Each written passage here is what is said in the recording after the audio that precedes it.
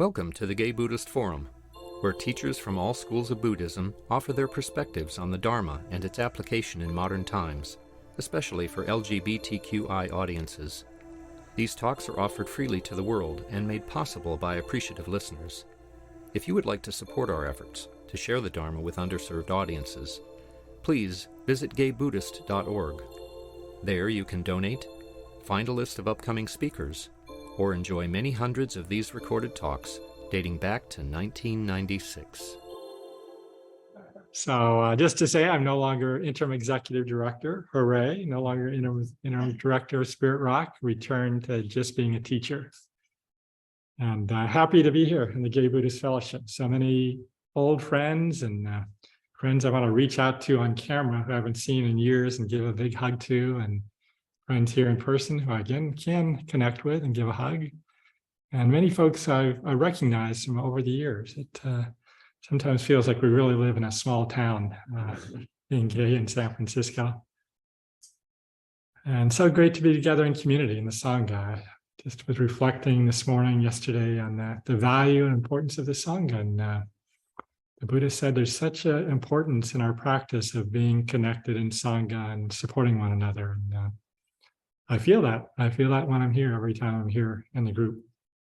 I always look forward to being here with a group. So today I want to speak about happiness. I think I spoke about happiness 3 or 4 years ago here as well, and my own understanding of happiness continues to develop with my practice. I'm both a teacher but more importantly, a practitioner. So insights, understandings continue to arise with the practice.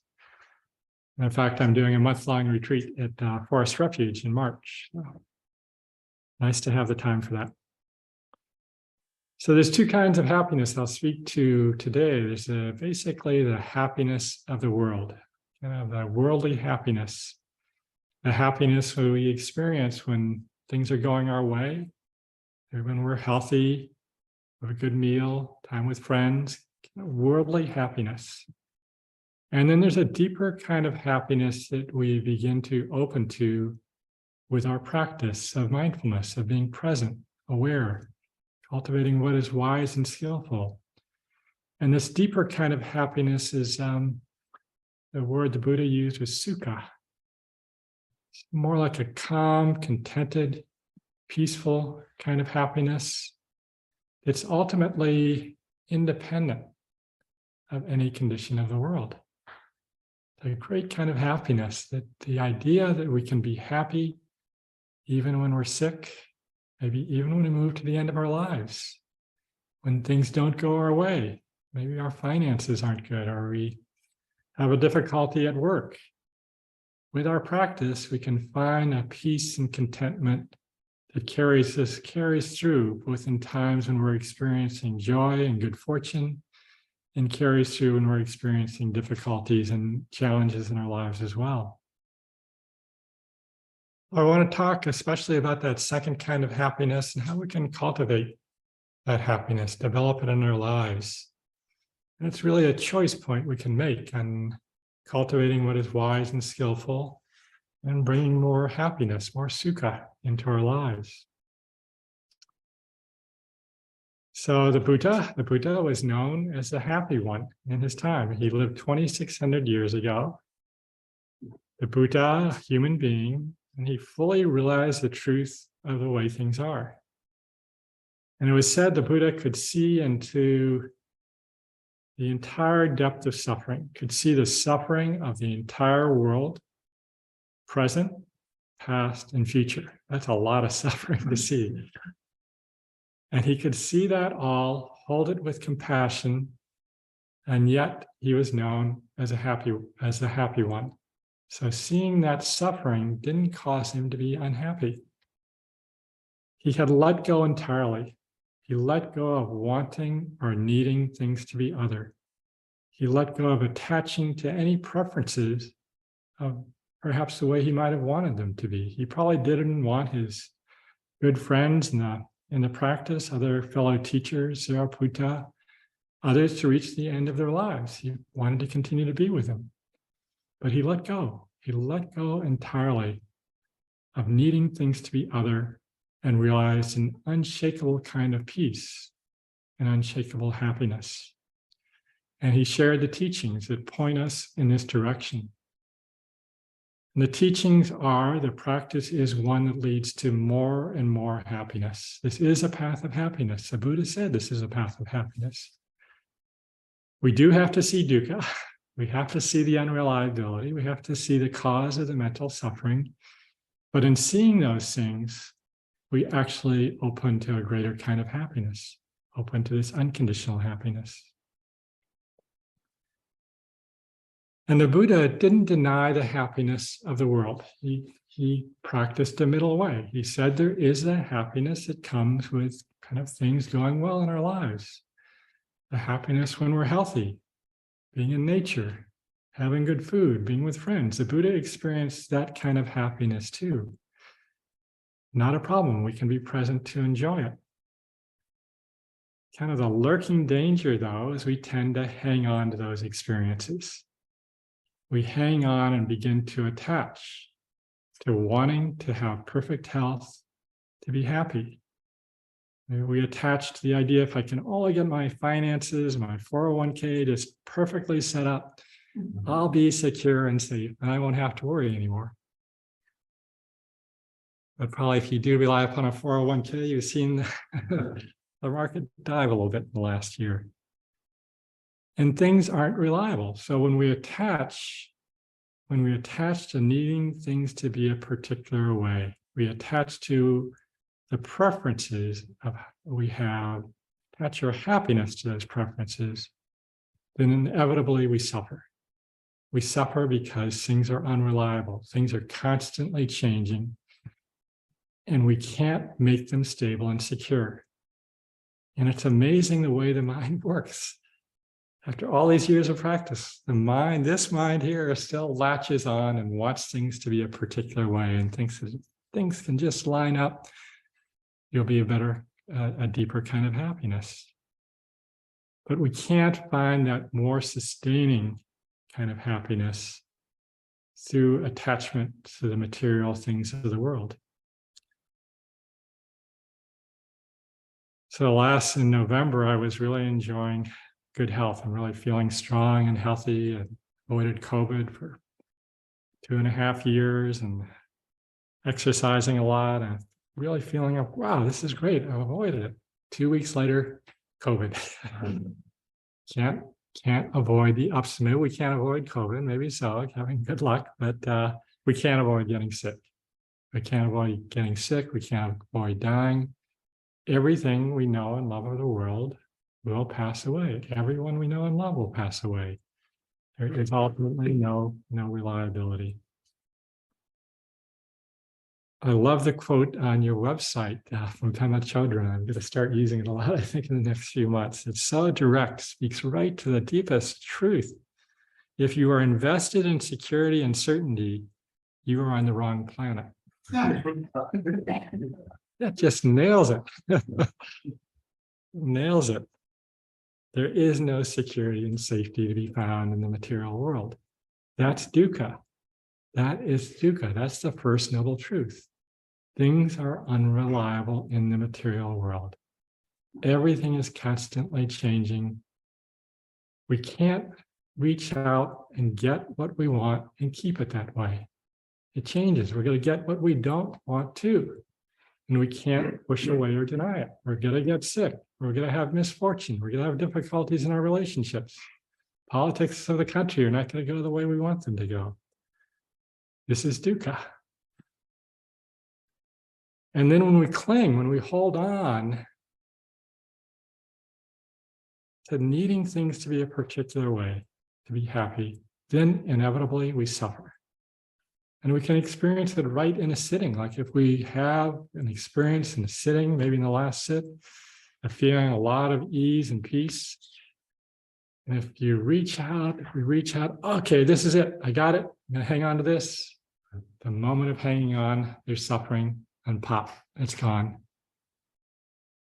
So that's that clinging, the holding on to what we like, the pushing away of what we don't like, is a cause of our mental suffering. And the Buddha said we can be entirely free of that. That's the second noble truth, the clinging that is a cause of suffering. And the noble truths are not some distant thing to be realized. They're right in this moment to be realized. There's dukkha in this moment. Everything is constantly changing. If we hang on, we have mental suffering. If we see the suffering, see the hanging on, and let go, we realize peace. Peace is possible. Peace is possible, the third noble truth. Peace is possible in any moment. It's so immediate.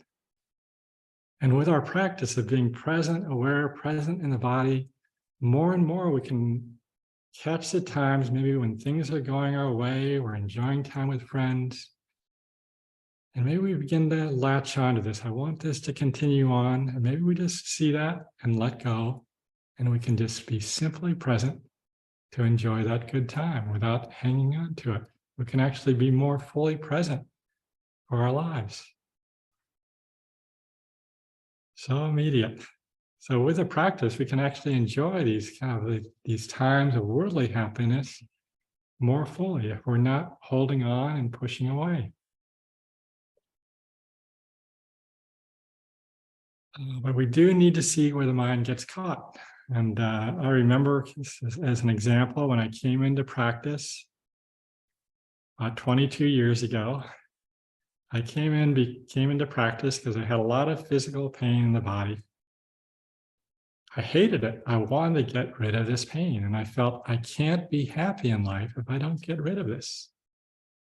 In addition, I had a lot of fear, difficult emotions, and I didn't want to feel fear. I just wanted to get rid of the fear and be done with it, have it never come back again. So I was kind of at war with what was present.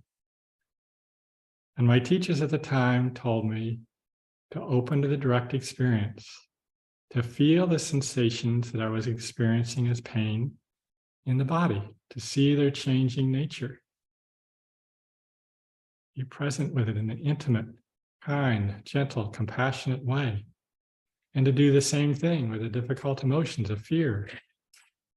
Difficult emotions of fear, anger, grief that we all experience.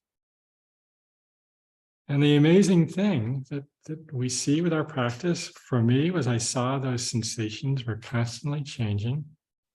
And in fact, it was the reactivity that was the cause of the pain. 99.9% of the pain I was experiencing was because of the reactivity, because not liking sensations that were just simply unpleasant. I know that's not always the case. Sometimes we can have real pain and there can still be some level of reactivity, but even if there's no reactivity, there's real discomfort. I don't mean to say that's always the case.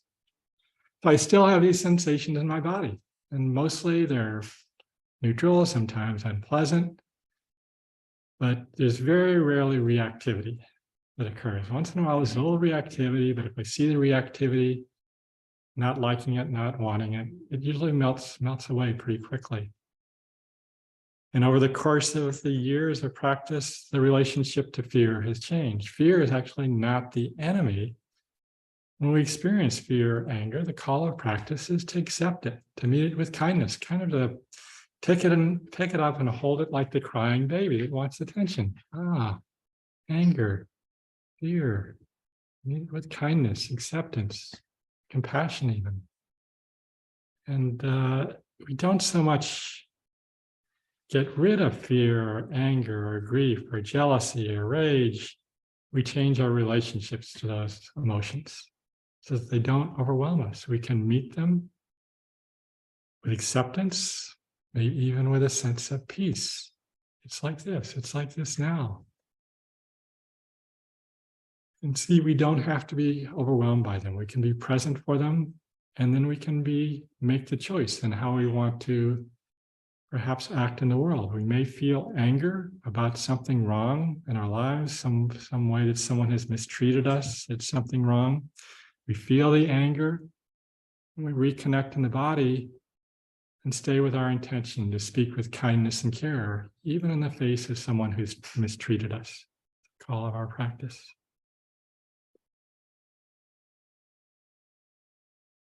So a little bit more, I want to speak now about the happiness that comes, practice sukkah, the contentment piece, this kind of happiness that's independent of the conditions of the world, that we cultivate with our practice of being present and aware, cultivating intentions of letting go to accept our experience just as it is, letting go of attachments, cultivating metta, kindness, care for ourselves, for others, for every part of our experience, and cultivating an attitude of non-harming, not causing harm through our thoughts, words, or actions. That's cultivating what is wise and skillful, letting go, metta, and non-harming. And there's a happiness that comes just with cultivating those intentions that then also manifest in the actions. And three ways they come forward in our practice is that as we cultivate our practice, cultivate what is wise and skillful, generosity naturally comes forward, gratitude, and sila, the sense of being in harmony with others. So I'll speak a little bit about these three aspects of practice that come forward and the happiness that comes with them, a happiness that's a little bit more independent of the conditions of our lives and of the world. Gratitude. Gratitude. It can be such a rich thing to take time in our lives to reflect on what we're grateful for. Few of us have ever really been truly hungry in our lives, not having enough food. We can be grateful for finding this practice, grateful for nature, grateful for the time we live in. Probably to look back over the centuries, there's not many times where a group of gay folks could come together safely like this. Probably couldn't have happened 50, 75 years ago. So much to be grateful for. And we can very consciously bring this into our practice to maybe keep a list of things we're grateful for, or take time to express gratitude to others. My partner opened to gratitude a few weeks ago. My husband, we make tamales every Christmas. He was born in Mexico, and family tradition to make tamales. And we made these tamales. Great tamales. He even makes a vegetarian version for me. I don't like the pork he makes. And he bought a new steamer. For years, he used something that really looked like a bucket to steam his tamales. He bought a fancy new steamer, and the tamales didn't come out the way he wanted. And he was really hooked. They didn't come out right, And then at a certain point, he finally said, if that's the biggest problem in my life, I've got a lot to be grateful for. And his heart just opened up. I really have a lot to be grateful for. So sometimes when we see kind of where we get hooked, see the problems we have, and put that in the broader perspective of all the things we have to be grateful for, and bring forward a lot of happiness. Brother Steindl Ross, I think it's not much of a secret that he's in our community. But Brother Steindl Ross, who's a kind of the gratitude expert, says that it's not happiness that makes us grateful. It is gratefulness that makes us happy. Every moment is a gift. We can very consciously bring this into our practice. And for many years in my work life, I would take time every Friday, have it on my calendar, to my gratitude time, when I would try and connect with employees and express my gratitude to people I worked with, and send an email, write a personal note. And it brought forth so much happiness in my life, and really, I think, supported happiness in others to be seen and appreciated. A happiness that comes forward with gratitude, and it's a happiness that's not based on attachments. And then generosity.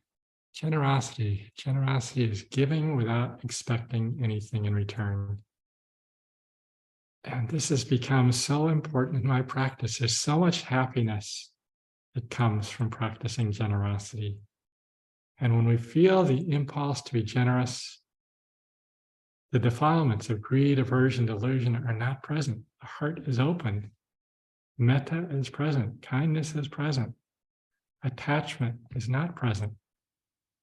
So we can appreciate those moments when we feel the impulse to be generous. The practice I follow that I learned from Joseph Goldstein is to pay attention to the impulse to be generous. Pay attention. I feel it kind of like, kind of heart coming forward, this impulse to practice generosity. It might be just be to pause and be present and listen with a friend who's experiencing a difficulty in life. Maybe it's an impulse to offer something or offer money, different ways it might be, or to share food, whatever it might be. And then have the underlying intention to act on that impulse. Make it kind of a resolve. I make it a resolve. And it's such a rich practice because I will feel the impulse. And then I feel the pulling away. Oh no, that's too much money, or that's too much. I can't give that much. And being present for that aversion or the sense of desire that's arising, and then remembering, oh yes, I have this resolve to practice generosity and to act on the impulse. And it brings so much happiness. I was with a friend a few weeks ago, just before Christmas, a really good friend. And I was in his house and I saw his iPad on the coffee table in front of us. And that iPad is 20 years old. Does it really work? Well, kind of. Okay, I'm going to get you a new iPad for Christmas. And it surprised me. It was like a little bit more than I would usually spend on a Christmas present for a friend. Well, a lot more. But it was the impulse to give had arisen. And I had the resolve. I recognized I have to act on this. And it brought me a lot of happiness to act on that impulse and to not let the forces of sense desire and attachment get in the way of that. And in the same way, my husband and I, we made all those tamales, 100 tamales. Every year it's at least 100 tamales. And we always feel like let's give some tamales to people we can't be with at Christmas. Okay. And I make deliveries to a few friends. And it brings a lot of happiness, the simplicity of just sharing food that we've really prepared from the heart. So the Buddha said there's happiness in the impulse to give, happiness in the giving itself, and happiness in the reflection afterwards. And again, this is a happiness that's not associated with attachment to the material world. There's no attachment in the moment that we offer generosity. Story I like to tell, I have some hesitancy because I kind of feel like it's a little selfing, but actually it's not, is one of the kind of the purest acts of generosity that arose in my practice is many years ago. I attended my first Metta retreat. I came home. My first day back was in July. So July can be very cold in San Francisco, as you know. And I live right near Market Street, lots of homeless people. And I turned the corner and there was a man I thought was homeless without a shirt on, without anything top half of his body. And all of a sudden this voice spoke and said, "Oh, you look cold. Here, take my jacket." And where'd that come from? It was from my voice, but there was no thinking. It just happened, like it could have been from someone standing behind me. And it's like, it really was startling to me because there was no thought in that process. There was just the recognition of a need and the impulse to give, and it just happened. And it was humbling because there was no me in it. It was actually a moment of insight. There was no me in the generous action. So I couldn't feel it was special. It just happened. There's no I doing the thinking or making the decision. So it's really inspired me in my practice to watch for that impulse because it's so pure and there's no me that's underlying it. I would do that a lot I know others of you have been hospice volunteers too, but I learned to do that in my hospice volunteer work, to just watch for that impulse to, the way the words, I see your beautiful heart, that I would sometimes say with people I was with at the end of their lives, or just the impulse to reach out and touch someone's hand. Trusting that impulse that comes from the heart, that doesn't come from a thinking process. It's like we touch into our own basic goodness, touch into something purer than this thinking mind. When we feel the goodness of our hearts, we feel the impulse come from the heart, and we act on it. When we practice generosity, there's a sense of enoughness, like we have enough, we don't need to hang on. And that sense of enoughness deeply uproots the force of sense desire and attachment, of needing things to be a particular way, of needing more. There's a great story I remembered in preparing this talk of Leonard Cohen. I heard Leonard Cohen, as many of you know, a singer and performer, and a very dedicated Zen practitioner. And he spent a year in silence at Mount Baldy Zen Center, I think about 2005 or 7. And I heard him interviewed by Cokie Roberts in NPR. I wasn't listening, or planning to hear this. It was a surprise when I turned on the radio. And she was interviewing him about his year of being in silence, and interesting to hear. And part of the story was in that he had lost all of his money. He had entrusted all of his money to someone to invest, probably a lot of savings from being a pretty famous performer. And he lost every penny. I don't know what happened, but all of that money was gone. And Cokie Roberts said, "How did you feel? How did you feel that money was gone?" He said, "Well, it happened. It's what happened. I'm here now." And she said, "No, how do you really feel? How did it feel?" She just couldn't get that his mind was not disturbed by that loss, that the kind of the peace and contentment, ease, the sukkah, he had let go entirely, and his mind and heart was not disturbed, even without loss of the money.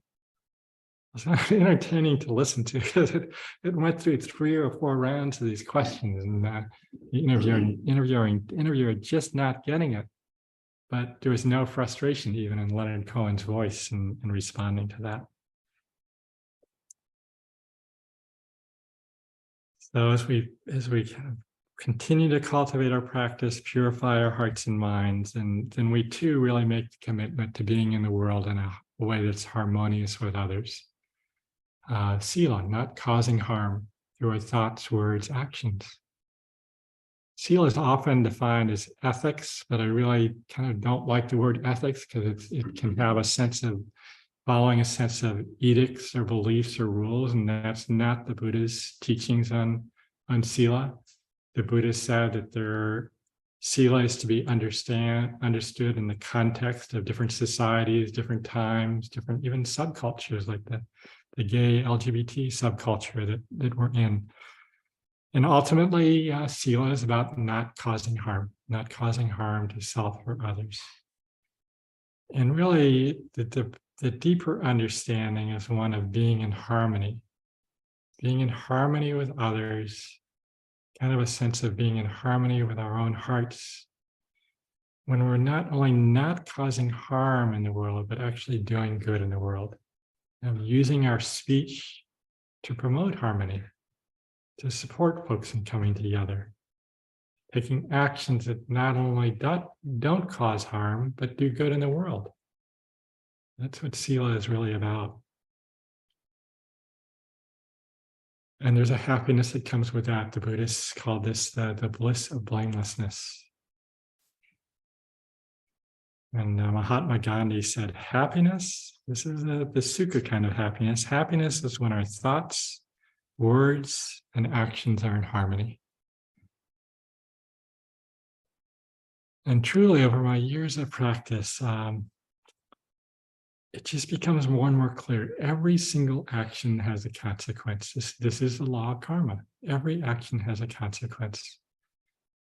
Sometimes we can take an action and no one sees it. No one else knows it. As you may have experienced in life, like sometimes memories come back 20, 30 years after the fact, like, ouch, I said that, I did that. We feel the karmic impact. Kind of like the immediacy. Like if we yell at someone, we're angry and we respond with anger and we speak harsh words, we know there's a karmic impact. We feel the rattledness afterwards. Maybe the person lashes right back at us. That's a law of karma. There's a consequence of both skillful and unskillful actions. And the more we cultivate what is skillful, kind, compassionate words, kind, compassionate actions, we're also realizing the karmic benefits of that. The karmic benefits are more happiness, more clarity, more wisdom, our heart being more fully open in the world. What am I doing? Oh, I should wrap it up. So gratitude, generosity, sila all come forward with our practice, both naturally and as we cultivate these qualities, and happiness that's independent of the conditions of the world that comes forward. And just to close and saying the last few minutes, cultivating an attitude, intention of renunciation, letting go of attaching to our preferences. We all have preferences. We want to be happy, healthy, want things to go our way.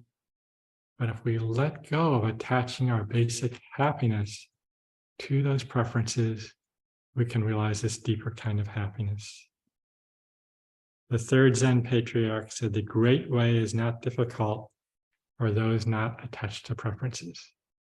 He's saying there are preferences, but the way is not difficult for those not attached to the preferences.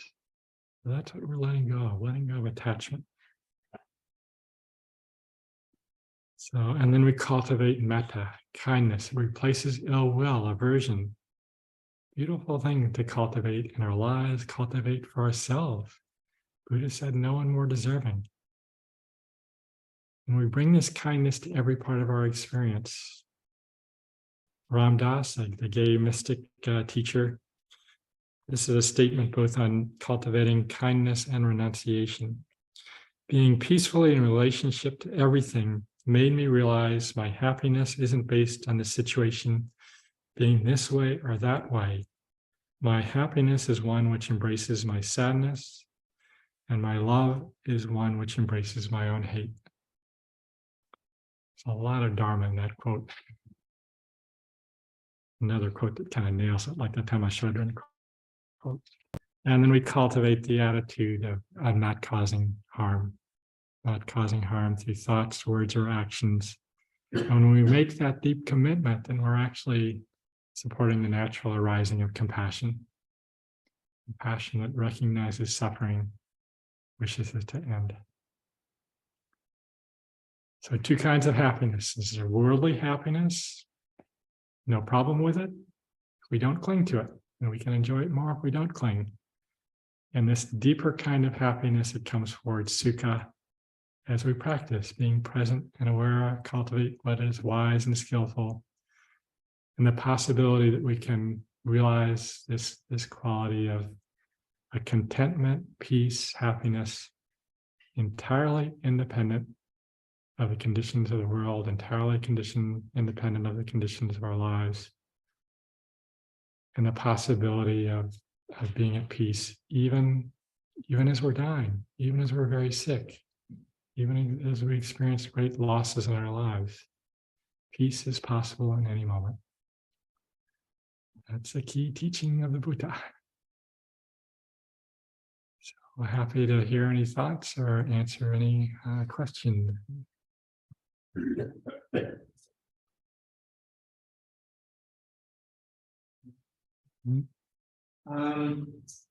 So it seems like happiness is like a product or a byproduct of other aspects of your life. Is it something that you use as a metric? Like, I'm not happy enough. I need to change things, or you just focus on other aspects of your life? Yeah, if I'm not happy, then I feel like, okay, what's present?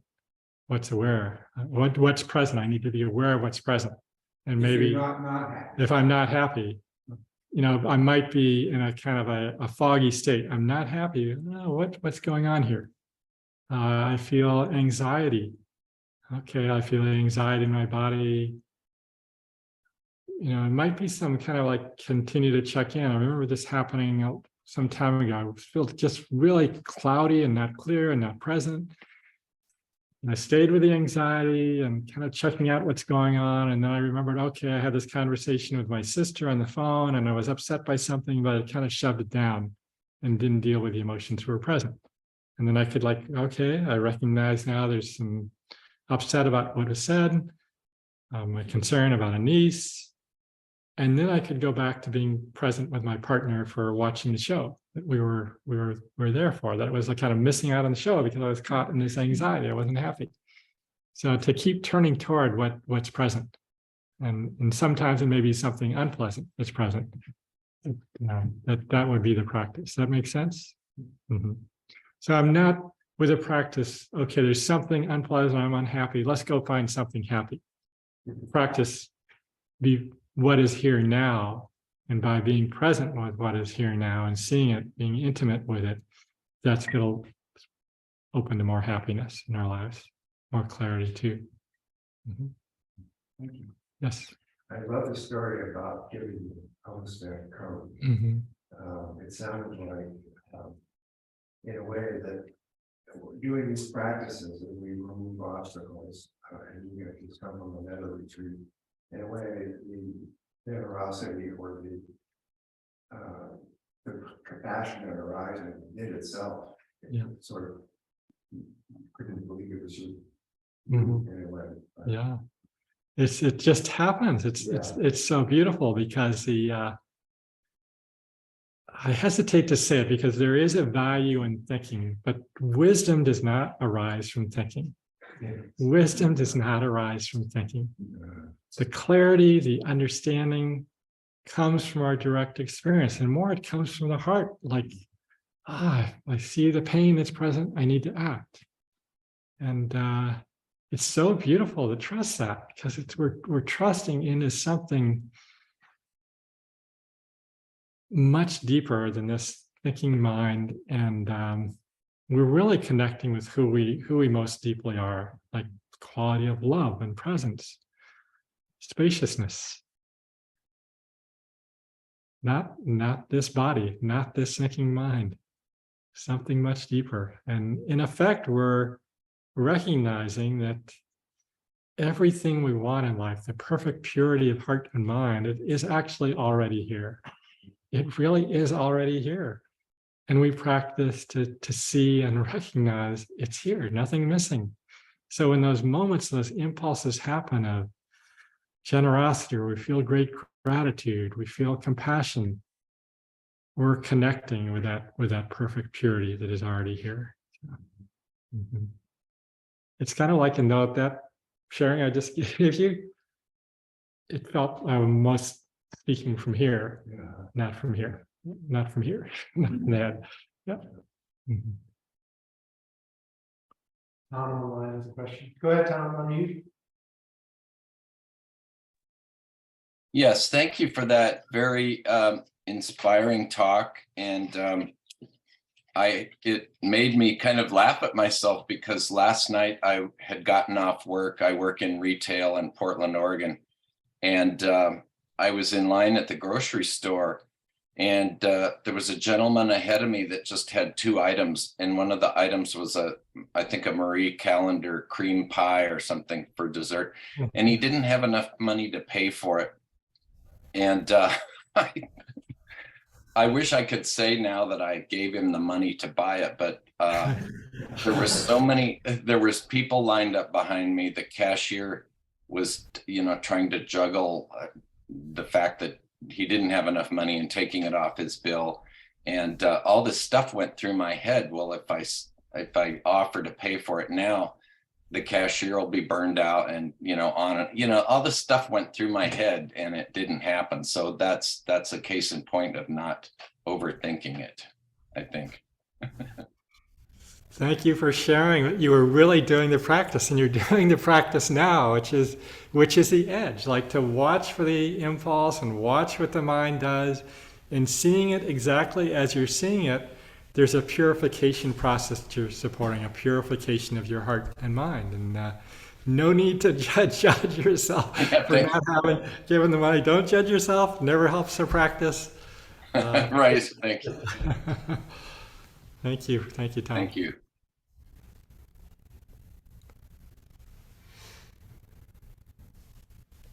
Yes. So I feel like this is perhaps an overly theoretical or intellectual question, but as you were talking about it, and I appreciated all you have to say, and I certainly found the practice helpful, particularly for equanimity. And so the question is that I've noticed that people in general, and me in particular, happiness tends to arise out of a contrast in part. So for example, if your knee hasn't been hurting, so what? Mm-hmm. But if your knee was hurting and now it's not hurting, ooh, Yeah. happiness. Yeah. And so I wonder if achieving equanimity, which still seems more worthwhile to me, but if that cuts off some of the highs also, I wonder if there's teaching about that. The equanimity of accepting, it's like this now, accepting kind of with a spaciousness, a balance of the heart. Equanimity accepts all of the vicissitudes of life, the ups and downs. So equanimity can be this great support, like this, in the spaciousness of this life, there's knee pain now. And look outside, and I see today is a beautiful day, there's a break from the rain, I see the trees, the tree is so green, and there's knee pain, but there's the beauty of the sky and nature. Now the knee pain's gone, and that feels like a relief. So it's kind of the spaciousness and balance. Focus less on the painful parts, but still enjoy the contrast when it's less. Yeah, and it's a way of opening. Equanimity does have this spacious quality, so the way you can just reconnect with it pretty easily is like to bring in maybe the phrase, it's like this, there's this knee pain, and just look around a little bit and see there are all these other things in this experience in life now too. There's an immediate benefit of that. But a great way of measuring sukkah, this happiness, maybe contentment can be a better word for many folks. A contentment that's independent of conditions is often felt more like, I feel pretty content with life as it is. And there's problems that arise, and there's challenges, and this body's aging, and I have pain in my body as I do. But there's a broader sense of contentment and ease. And we might at that point really have to look back 10 or 15 or 20 years and realize, oh, that's quite a bit different than what my life was like 20 years ago. Mm-hmm. Thank you. Thank you. You know, see, I just say this in my practice, as I'm doing my practice here, and I had almost thought, I'm not going to bring any notes today and see what that's like, but I didn't. And it's interesting to see, like, as I respond to the questions and comments, how I feel more alive and not attaching to the notes in the thinking process. It feels more alive with the Dharma because it's coming from here. So maybe you're noticing that too.